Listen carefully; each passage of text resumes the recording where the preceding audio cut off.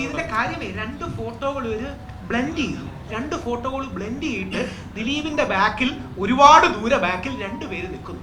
അത് പൾസർ സുനിയാണെന്ന് ധരിപ്പിക്കാനായി വേറൊരു ഫോട്ടോ സൈഡിൽ ഒട്ടിച്ചു വെച്ചു. പൾസർ സുനിയുടെ മുഖത്ത് ഒരു റൗണ്ട് ഇട്ട് വെച്ചു. എന്നിട്ട് കോടതിയിലും മാധ്യമങ്ങളിലും അടക്കം ക്യാമ്പയിന്റെ ഭാഗമായി ഞങ്ങൾക്കൊരു ഫോട്ടോ കിട്ടിയിട്ടുണ്ടത്രേ. അങ്ങനെ പറഞ്ഞാൽ മതിയല്ലോ. ബിജു മേനോൻ നമ്മുടെ റൺ ബേബി റണ്ണി പറയുന്ന പോലെ ഞങ്ങൾക്കൊരു ഫോട്ടോ കിട്ടിയിട്ടുണ്ട് അത്രേ, അതുകൊണ്ട് 4 ആഴ്ചയാക്കി ജാമ്യം കൊടുക്കണം. കേൾക്കുന്ന ജഡ്ജിയെ എന്തെങ്കിലും കുറ്റം പറയാൻ പറ്റൂ? നമ്മളാണെങ്കിലും അങ്ങനെയല്ലേ വിചാരിക്കും, ഒരു ഫോട്ടോഗ്രാഫിക് എവിഡൻസ്. ഇത് ഫോട്ടോഷോപ്പ് പോലീസ് ചെയ്തു എന്ന് പറഞ്ഞത് പോലീസിലെ DGP ആയിരുന്നൊരു വ്യക്തിയല്ലേ, ശ്രീലേഖ മാഡം അല്ലേ പറഞ്ഞത്? പോലീസിലെ DGP ആയിരുന്നൊരു വ്യക്തി ഫോട്ടോഷോപ്പ് ഉപയോഗിച്ച് കള്ളം ചെയ്തു. ക്രിമിനൽ ആക്ടിവിറ്റി അല്ലേ ഇത്? സാധാരണക്കാരൻ ചെയ്താൽ അവനെ അറസ്റ്റ് ചെയ്യില്ലേ? പോലീസുകാർ ചെയ്താൽ തെറ്റാണെന്നെങ്കിലും നമ്മൾ പറയണ്ടേ?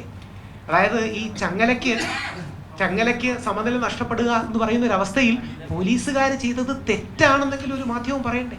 എന്നിട്ട് 8 വർഷത്തോളം ശ്രീ ദിലീപിനെയും കുടുംബത്തെയും വേട്ടയാടിയതിനു ശേഷം അദ്ദേഹത്തിന് അനുകൂലമായി വളരെ കൃത്യമായൊരു വിധി വന്നതിന് ശേഷം ബഹുമാനപ്പെട്ട ജഡ്ജി, ആ സിറ്റിംഗ് ജഡ്ജിയുടെ പേര് പറയുന്നില്ല, എന്നോട് പറഞ്ഞു വനിതകളുടെ ഒന്നും പേര് പറയരുത്, അതുകൊണ്ട് നീ വനിതകളുടെ ഒന്നും പേര് പറയരുത്, എന്തെങ്കിലും രീതിയിൽ കേസ് അട്രാക്ട് ചെയ്തു. അതുകൊണ്ട് ആ സിറ്റിംഗ് ജഡ്ജി, എനിക്ക് വളരെ ആദരവുള്ള ആ സിറ്റിംഗ് ജഡ്ജിക്കെതിരെ കടുത്ത സൈബർ ആക്രമണം, അവരുടെ വീട്ടുകാർക്കെതിരെ അടക്കം അധിക്ഷേപം നടത്തിയിട്ട് കേരള ജുഡീഷ്യൽ ഓഫീസേഴ്സ് അസോസിയേഷൻ നിവേദനവും പരാതിയും കൊടുത്തു.